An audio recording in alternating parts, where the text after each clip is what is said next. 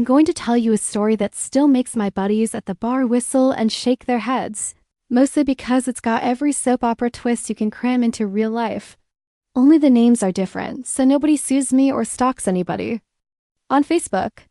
Buckle up, grab a coffee, and let's roll. Ryan has a kid sister named Lily. Lily's ride or die best friend since 4th grade is Madison. Now, back when this all started, Ryan was 21, old enough to think he knew everything, young enough to prove he didn't, and Madison was barely 17 with senior prom glitter still in her hair. She came over to Lily's house all the time, mostly to binge cheesecake and gossip, and Ryan would breeze through the kitchen tossing dumb jokes their way.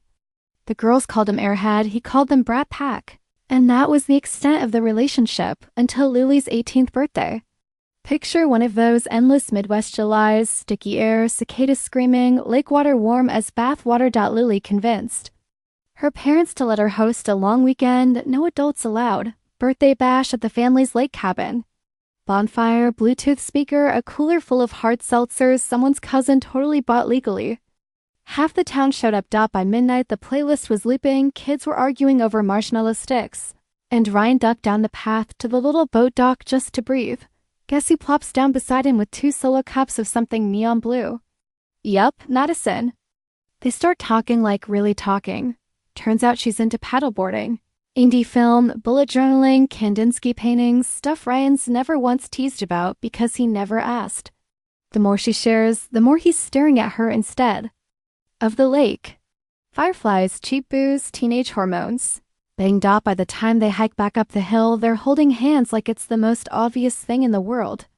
Fast forward to summer, Madison turns 18 and Ryan's got exactly one plan.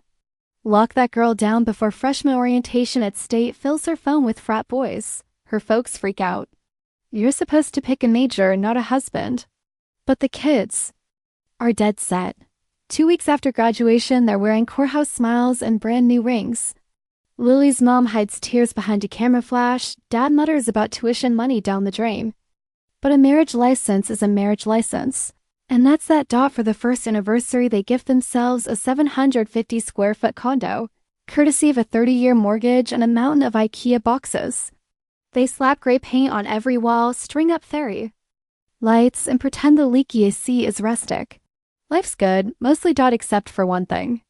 Madison is surgically attached to her phone. She Snapchats her breakfast, TikToks the cat, carries the thing into the shower like it's waterproof. It's not. They're on phone number 3. Ryan cracks jokes, calls the iPhone her conjoined twin. Madison fakes a pout, snatches it back. They kiss in scene, but inside, Ryan's a jealous dude. Not in a headline-making way, just a constant simmer. He tries to laugh off. Madison still does sleepovers with Lily. Face masks, rom-coms, too much ice cream. Ryan hates it, says he can't fall asleep if she's not snoring beside him. She rolls her eyes, calls him clingy, but secretly she loves that he cares that much. One brutal Wednesday, Madison drags herself home from work, drops her purse, and heads straight for a hot shower to scrub off customer service slime.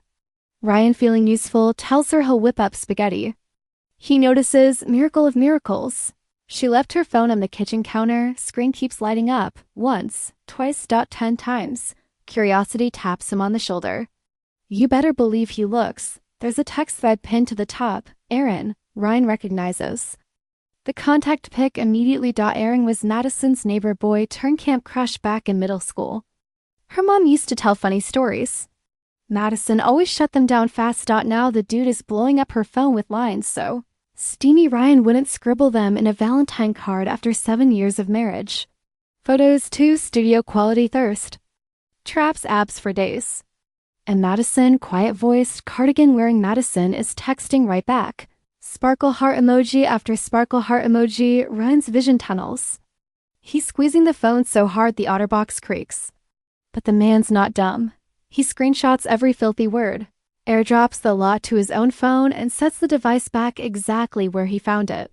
Madison steps out of the bathroom wrapped in steam and vanilla shampoo, oblivious. Revenge brews like black coffee. 2 weeks later, it's Madison's birthday. Ryan plays the doting husband. Balloons ordered. Reservations booked of a cozy downtown bistro that does Instagram Mabel charcuterie boards. Meanwhile, he hits up Madison's mom with a secret plan. Could she invite Aaron as a surprise blast from the past? Mom thinks it's adorable. Texts are sent. Trap set. Party night. Fairy lights, acoustic cover band, rows of tiny cheesecakes. Guests trickle in. Ryan's palms are slick. Then he sees Aaron stroll through the door carrying a bouquet bigger than a toddler. Madison's smile freezes. Ryan clocks the panic behind it. Aaron shrugs. Your mom said you'd be psyched. He hugs her, way too long. Everyone clinks glasses, settles in. Ryan lets Madison's parents toast first. Sentimental stuff about newborn Madison caking in her crib. Applause all around. Madison wipes a tear, squeezes Ryan's hand. She actually looks grateful. For a heartbeat, he wonders if he should abort mission. The heartbeat passes. He stands, clears his throat, launches into the How We Met story. Lake cabin, fireflies, happily ever after. Madison's eyes shimmer. Then Ryan reaches under the table and pulls out a glossy, spiral-bound booklet. 50 pages of raw screenshots complete. With timestamps and all the X-rated selfies Aaron sent at 3 a.m., he hands copies to Madison's mom. Her dad, Lily. Heck, the couple at the next table might have gotten one. Gasps ripple like dominoes. Madison's dad goes sheet white, mom grips her rosary. Aaron's jaw drops, he fumbles for a defense. Madison launches red wine in Ryan's face, screaming that he's ruined everything. Aaron steps behind her, hands on her shoulders like some knight in wax denim armor. Ryan's patience snaps. He decks Aaron so hard the bouquet skitters across the tile, and the band stops mid-court. Madison shrieks, kneels by her wounded Romeo. Ryan grabs his coat, nods once to Lily, and walks straight into the night. What follows is divorce hell. Madison Loy airs up, demands the condo, the car, the cat, and out of spite, Ryan's vintage vinyl collection. He caves eventually. The fight isn't worth bleeding for. He rents a shoestring studio on the other side of town. Mattress. On the floor, thrift shop couch, peace and quiet. A year drifts by. Through the grapevine, Ryan hears Madison and Aaron move in together. Got hitched in Vegas. Posted sunset pics that racked up 1,000 likes. For about 4 years the fairy tale holds. Until Aaron's secret gambling habit surfaces. Like a shark fin. Maxed out cards, payday loan sharks, eviction notices.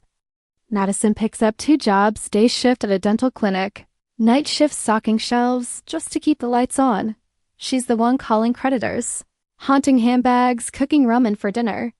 Late at night, she scrolls old photos, her and Ryan. In goofy Christmas pajamas, Ryan carrying her over the condo threshold, Ryan taping fairy lights over the bed. She wonders every single night how life might have looked if she hadn't answered that first DM from Aaron. But time's a one-way street. All she can do now is stop piling fresh mistakes on top of old ones. As for Ryan, he's doing okay. Picks up carpentry, grows a beard. Eventually meets a kind-eyed nurse who thinks record players are cool. Sometimes when he can't sleep, he remembers. A sticky July night on a dock and the girl who smelled like marshmallows and cell phone glue. And he hopes, truly hopes, she finds her way back to solid ground. Because in the end, nobody wins these games. You just pray to get out with your soul. Mostly intact.